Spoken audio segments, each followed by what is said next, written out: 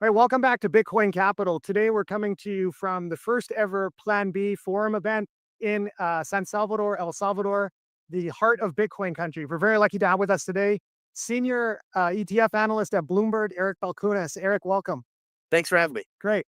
All right, my first question is 2024, the big event of the year was the final approval of the much awaited Bitcoin ETFs. How successful were the Bitcoin ETFs? Yeah, it's hard to overstate how successful they were. I've been covering ETFs for 20 years. This is by far the biggest launch, most impressive. A couple stats I'll throw at you. They took in $37 billion in the first year. Net flows. That's a hard number. That's like the truth, 37 billion. We thought they'd be 10 to 15, and we were optimistic. They doubled that and then some. They have 120 billion in assets. That's as much as gold ETFs have already. We thought it would take 4 years to get to gold. So they're already there. And IBIT in particular is massive. It got to $50 billion in 227 days. The next fastest ETF in history was 1,300 days. So less than a year versus 4 years. It's insane, right? So clearly huge hit. Why was it a hit? Everybody's been waiting for it for 11 years. It's cheap, 20 basis points, some of them even lower, liquid, and big brand names like BlackRock and Fidelity. So the regular investors of the world are like, after SBF and all that, they got like some legitimacy. And then like now it's safe. Larry Fink says it's okay. It's cheap. It's liquid. It's got BlackRock. I can't get fired. That is a powerful combination for America's advisors. And we're seeing that in the flows. So if 2024 was the year of the ETF, I think the hope is that 2025, Bitcoins are like just hopeless optimists, right? So 2025, we're hoping for more sovereign adoption of Bitcoin. We're coming to you from El Salvador, which of course was the first country to adopt Bitcoin as its sovereign currency. Maybe some changes, some bumps in the road for that. But what do you see for the US and what do you make of the Trump administration's strategy so far? Because the strategy really looks like a mixed bag. I think from a Bitcoiner's perspective, there's some things that I think are, that we like the end of Choke Point 2.0, repeal of SAB 121. But there's some other kind of head scratching things like Yeah. the president and the first lady issuing meme coins. Yeah. So what do you make of the strategy so far and where do you see it going? Yeah. First of all, I generally think Bitcoin was at 25,000 when BlackRock filed for the ETF. I think the ETFs were a big, if not almost all of the push to 70. But then Trump winning pushed it to 100. And now where do you go from here? First of all, I would just say for Bitcoiners, I think sometimes they get a little spoiled. You're up 127% since the ETF launch, and it was up 80% on the anticipation of the launch. Yeah. So I would say be happy. That's Yeah. like 4 times any other asset in the world. Okay, so you're good. Now, looking forward, I think you have to sort of look at 2 steps forward, 1 step back. Not all the news will be great, but man, imagine if Biden won and you had Gensler, there would be no talk of any of this. So, yeah, maybe you get Bitcoin in-kind creation redemptions now. Yeah. You get Ether staking. And with that, you'll get a couple crazy meme coins. I think you take the baby with the bathwater. And I think in Trump, it's the same way. I think generally just focus on the baby, Yeah. not the bathwater. But Bitcoiners have a habit of just focusing on the negative, I think, sometimes. And I think, generally speaking, you've got the president on your side, you've got a crypto czar, and then go back to ETFs. You got Larry Fink, Fidelity, Yeah. Invesco. You've got the biggest Wall Street asset managers out sending their wholesalers out talking about this story. And just relax and be patient. That would be my message. And you mentioned the in-kind redemptions and subscriptions. I think it's subscriptions and redemptions, right? It's on both sides for the ETFs. Is that what's being considered? Yeah, in kind just basically means like if I wanted to create new shares of IBIT, Yeah. anybody can bring Bitcoin to BlackRock and get shares of IBIT. It's like an exchange. Yeah. Before you had to give BlackRock cash. Yeah. Why did the SEC do that? They thought they didn't want Bitcoin source that might be like laundered Bitcoin or sketchy, and that's why they wanted cash only. But in kind, I won't go into the wonky details, but when you do in kind, it helps just keep spreads tighter, cheaper, Yeah. and percent premiums tighter. It's just a slightly more cost efficient, better deal for the end investor. So what do you think the impact will be on the market? Do you think that'll drive more liquidity, more inflows Yeah. into? Yeah. Yeah. Yeah, because there'll be more places to get it, more competition. Look, when you have an ETF and it tracks whatever your thing is, you unleash the biggest, richest, smartest market makers. Yeah. Because anybody in the market who's bidding up IBIT, right? It's trading on all these exchanges. A market maker is like a dealer, right? It's got to have shares of IBIT if it wants to be in the market. So it has to know how to get IBIT, how to arbitrage it. and it's going to only deal with legitimate actors. It's going to compete the two sources against each other so the costs come down. So when you unleash all of this power of these liquidity providers, it helps. It helps. I was at the SEC to one of their conferences, and I said directly to them about 3 years ago, you guys should use the ETF as a regulatory helper. Because when you unleash all these markets, they're not going to deal with sketchy people, Yeah. and they're going to bring the cost down.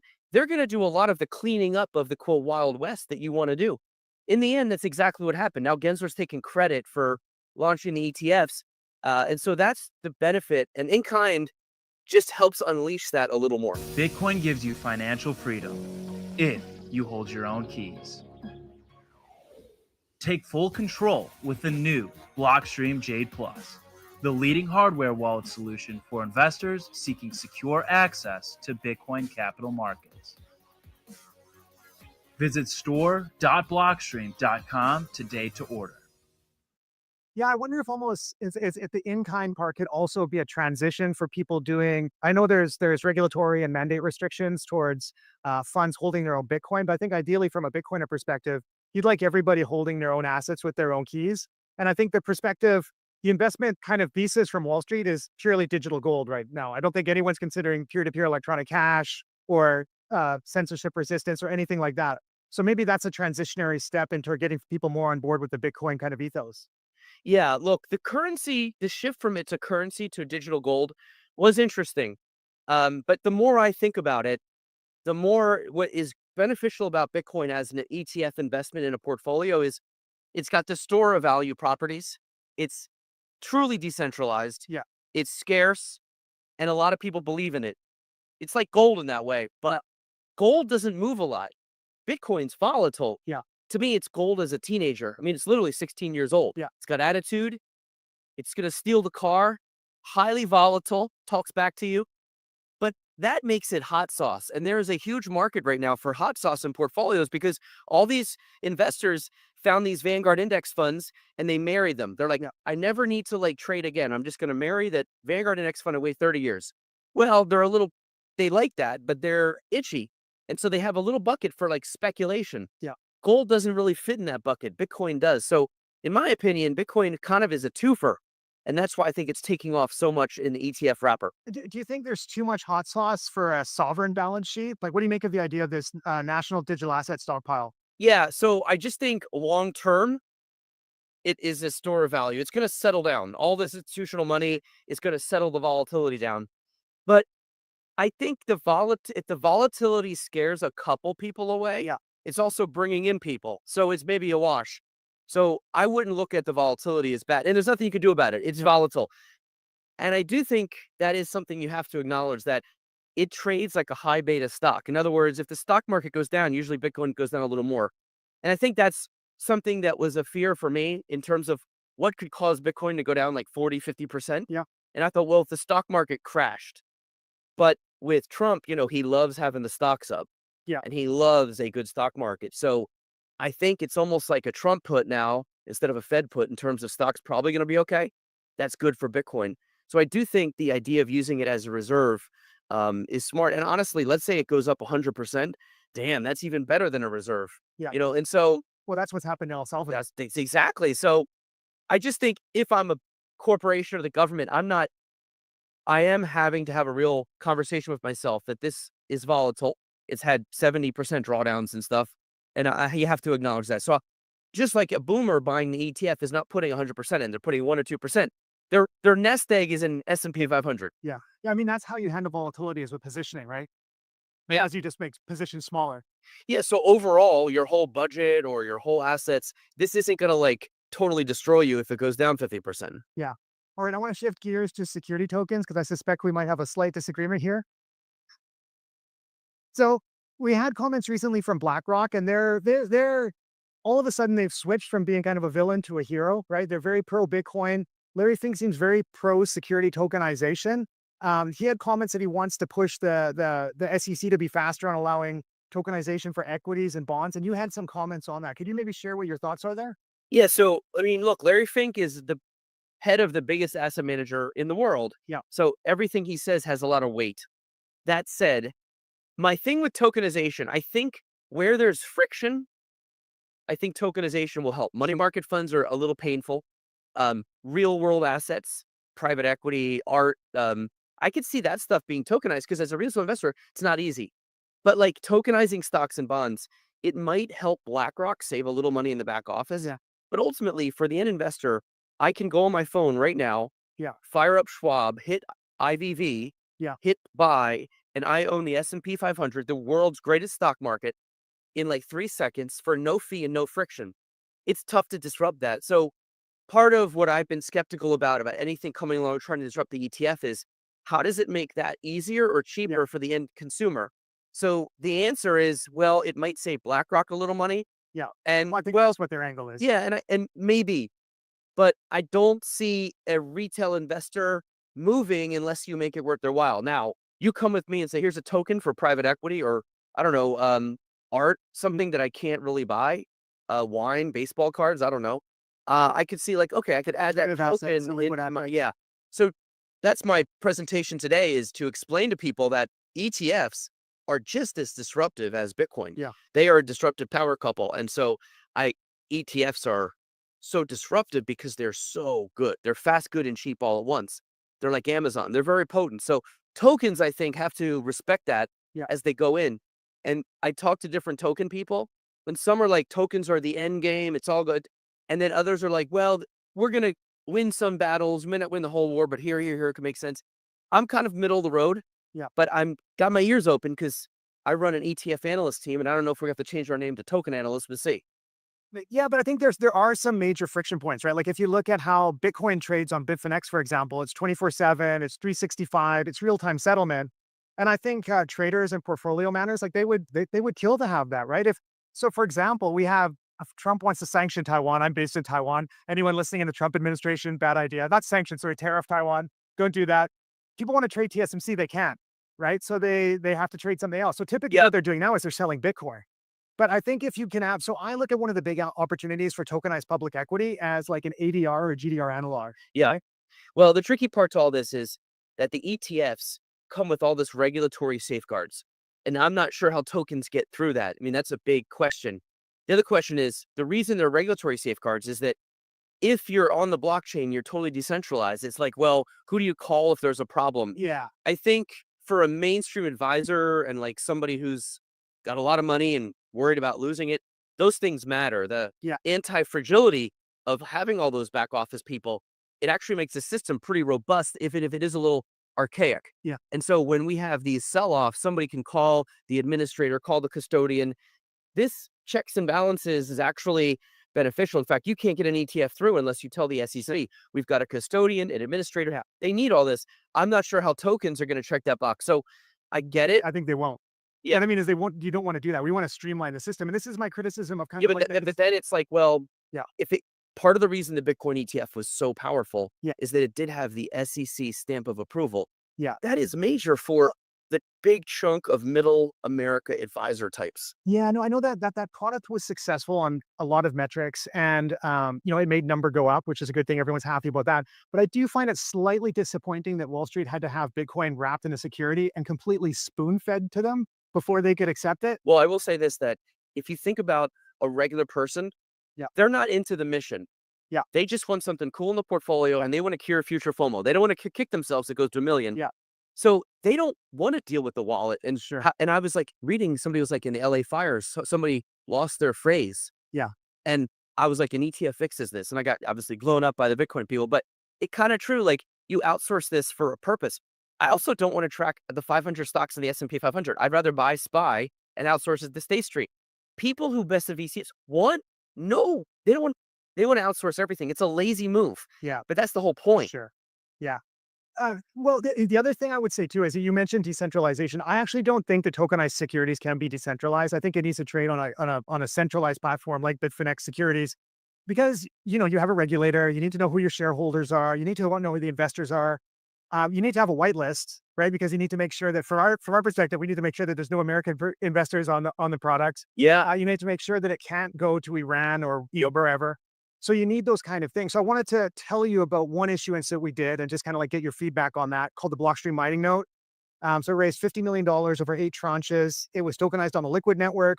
there's a whitelisted ecosystem. Once you're in that whitelisted ecosystem, you can pull your tokens off the platform because you're in the whitelist. You can self-custody them. We can trade them peer to peer, where you can ping them to another exchange for arbitrage, right? And if you're on the list, we had people trade, had an ISIN, so it was a proper security, Yeah. and people were trading it in a Telegram chat back and forth. So, what's your, But what do you think that in has this applications? scenario, you need your own wallet, right? You need your, And an address. you need an address, but you can also keep it on the exchange, as you see fit. So right there, I think you're onto something, and Yeah. I see a market growing for people who want to do that. It's look, mutual fund people who are 80 years old. Vanguard's having this problem now. They're trying to move them to get a brokerage account. Yeah. Because you used to just buy a Vanguard mutual fund from their website, Sure. or you call them back in the day. Yeah. So they don't know what a brokerage account is. It's like a 75-year-old. Yeah. So there's an interesting thing going on where ETF issuers trying to move people to brokerage accounts so they can use them. Maybe we'll find Yeah. tokens are trying to move ETF people to get their own addresses. So I'm not saying no, but to do all of this is a big lift. It takes a lot of energy, but at the end of the day, it's going to take someone going to a barbecue and saying, "Oh, you still use an ETF? I was able to do this, this, and that with a token. It's way easier and cheaper." And I think that's where I don't see people. I see maybe the 1 in 100, you sort of like younger person who's like onto this. They might talk about it. Or do you mean individual investors? I think individual investors, Yeah. because advisors generally they don't lead so much. They want to hear it from their clients. Like, hey, I want an ETF. It's like I want my MTV back in the day. Yeah. A lot of stuff that happens usually is driven by the grassroots. And people who were into active mutual funds, it used to be, oh, I'm in the best active mutual fund, 5-star at the barbecue. Then it came in, it's like, oh, I'm actually in the cheaper Vanguard fund. This is saving me so much money. Oh, really? And that's how change happens, in my opinion. It's not like, and so you need those younger people are getting older though, and they're going to get, That's the demographic. it'll just take a while. But how much does it take over the existing infrastructure? Remember, ETFs still only have 25% of the assets what mutual funds have. Yeah. So ETFs are still in inning 4 of killing those. Yeah. And so tokens might be where ETFs were in like 1996, maybe. So I try to acknowledge that it takes 10, 20 years sometimes for this stuff to reach a tipping point. I think, our kind of bet too is that this is going to happen like in a geographically unbalanced way. And I think that the G7, for a variety of reasons, partly because you've got really, really strong incumbents that have spent, a lot of time and treasure digging very, very deep moats, that they're not keen to have companies like Bitfinex Securities come in and disrupt them, right? Because disruption means streamlining. It means removing a lot of like the capital market ecosystem players. So, kind of my view is I think this could happen in different markets, like in emerging markets, or I think this opportunity is skewed more to mid-sized economies or even small economies like El Salvador than probably the US. Yeah. And to that point, I agree. And stable coins and Bitcoin makes a lot of sense. And some of these countries, the inflation's so ridiculous that if you actually want to save for your family, you need another option. The US, it's not that bad. I mean, your real return is definitely less than your total return because of inflation, but it's not like doomsday. The other thing is the US has so much of the world's money and the wealth. Well, that's it. Yeah. And that's part of the issue and that's where I think when I talk about that person who can just go here, people will be like, well, try telling that to somebody in this country. Yeah. I'm telling you that I'm true. going to ask you. Yeah. No, I get that. It's just such a small percentage of the whole enchilada that Yeah. I'm like, fine, great. But the person who does this IVV, you add that up, they've got what, 60 trillion, 70 trillion in assets in the US. That is so crazy enormous. The US stock market, I think, is something like 65% of the world. Yeah. And we only make up like 5% of the population. The next biggest stock market cap, I think, is Japan at 5%. Yeah. And so getting into the US and disrupting those investors, that's where I'm probably a little more skeptical Yeah. than you are. I agree with that But- 100%. But picking off these countries where it's code red, Yeah. I'm with you. And that's almost a noble activity because they need something else. Yeah, I think that's kind of our kind of mission, is that we see this as an opportunity. So if you're, we're registered in 2 jurisdictions that are probably like, not exactly on your radar. We're in El Salvador and we're in the AIFC, which is a financial center in Kazakhstan, right? And so these are 2 places that I think are trying to leverage Bitcoin and Bitcoin-based technology for capital markets to compete asymmetrically, because there's really no chance that El Salvador can close the gap with the US or even maybe, Mexico. It's still a big pull, right? But if you can leverage this technology and provide like a different product, I think there's a chance to compete asymmetrically and attract investors with kind of like an alternative approach Yeah, I mean, and really, and issuers. I got into the ETF industry when it was in 2005, and it was still like the pirate ship. Yeah. And it was people like you who turned me on to it, people who with passion, who could communicate a solution to a problem very well. And I remember going to my third ETF event called Inside ETFs, and the guy opened it up and said, "Welcome to the right side of history." And, there's this pirate ship kind of vibe here. And I think that's what you need for something to succeed. You see a problem, you have a vision, and then you have passionate people who get together. So you're in good shape. I just think everything takes longer than people think. Oh, that's so true. Yeah, no, I've been grinding on STO since like 2018. I mean, I think ETFs got to $1 trillion in like 2013-ish. Yeah. They're now at 10. So and so 20 years to get to 1 trillion and then 10 years to get to 10. Yeah. Yeah. So No, it feels like we're in really like kind of uncharted territory now. It seems like everything's up for grabs. Like if the president is issuing meme coins, like anything can really happen. yeah. So what are you looking forward to in 2025? Well, the Trump meme coin and now an ETF is filed to track the Trump meme coin is going to be fascinating because you're the SEC. You're like, well, So you got a security wrapper on a meme coin. I know. Well, yeah, that's the issue. So that's why XRP and Solana were not allowed to be ETFized because they're dubbed securities. But this SEC may not think that way. That where it gets weird is Trump issues this meme coin. Yeah. And then if you're the SEC, do you deny the ETF tracking it because it's unsafe for retail? Well, then what are you saying about the actual issuance of the meme coin itself? Because that's your boss. That's where it gets a little weird. But overall, there'll be a line drawn somewhere. They're probably going to go. There could be some criteria where these three are in, the rest are out. Yeah. Or it could just be Pandora's box is open. We'll see. The good news is a lot of these coins are going to come out. No one's going to care. Yeah. Like there is a real investment case for some of the coins, maybe. But then you get down to the fifth, sixth one. Like in the commodity space, gold did well, silver did well, Sure. platinum plating did okay, oil did okay. But then they launched like live cattle futures.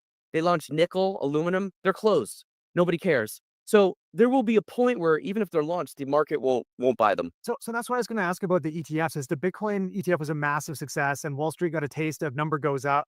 But what's next for them? Like they must be looking for the next products. So what's next? I don't think the Ethereum ETF was nearly as successful as Bitcoin. 10%. I mean, it has 12 billion. It'll be lucky to get 15. Yeah. Ethereum, Solana, XRP, the rest are going to fight over 20% of this category. Oh. Bitcoin will have 80%, maybe 75% of all the assets. The spot Bitcoin ETFs are the real deal. This is the aircraft carrier moving down the water. The rest are like little flavor of the months. And maybe Ether's like a little bit of a bigger deal.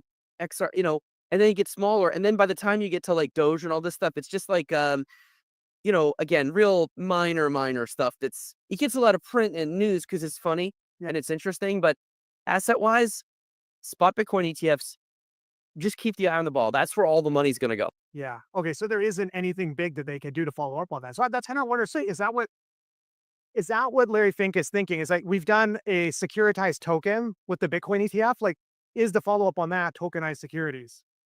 That's what he says, but we'll have to see. There's a lot of regulatory things you have to do to get a stock out into the market. Yeah. Does all that apply to tokens?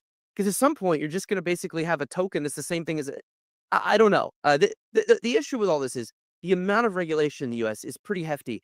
So by the time a stock gets out, it's been through all this stuff. You saw the Bitcoin ETF prospectus. Yeah. It was 150 pages. How does this work with tokens? And if they're not out under the 33 Act or 40 Act, how do they get out legally? This SEC might be more lenient to creating a easier rule. I don't know. Like this is a lot of unknowns here, but I do know that most people aren't.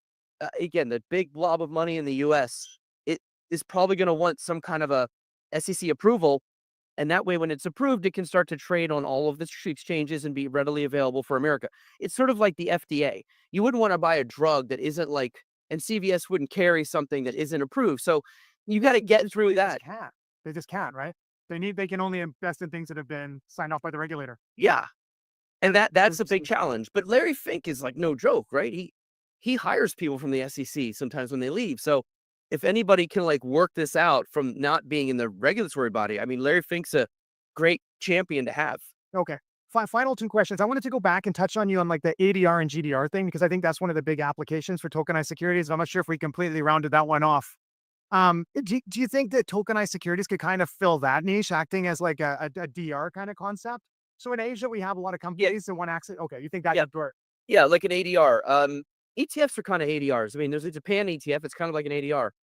Sure. I mean, again, though, ADRs have to go through a process, and then that local market has to go through. It's just a lot of regulatory. Is it a Salvador could be like Luxembourg? Like Asian countries go to Luxembourg to do a DR issuance. Like, what can't they go to Taiwan, but go to El Salvador here and do an issuance? Yeah. Here? Yeah, it's possible. I mean, ADR is probably a good way to look at it. But the only thing with the tokens, and this is a question you'll have to, if a token comes out on, say, I don't know, a stock in give me a stock. Apple. Apple. Token comes out on Apple. And let's just say the token market starts to get hot and the token trades above what Apple should be worth.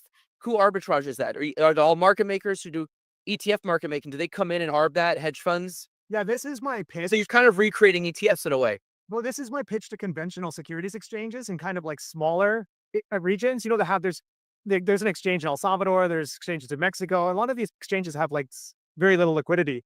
And my kind of pitch to them is that we're not competitive, we're complementary. Is that we trade 24/7. Our investors have a different kind of like investment thesis and time horizon. We have more degens.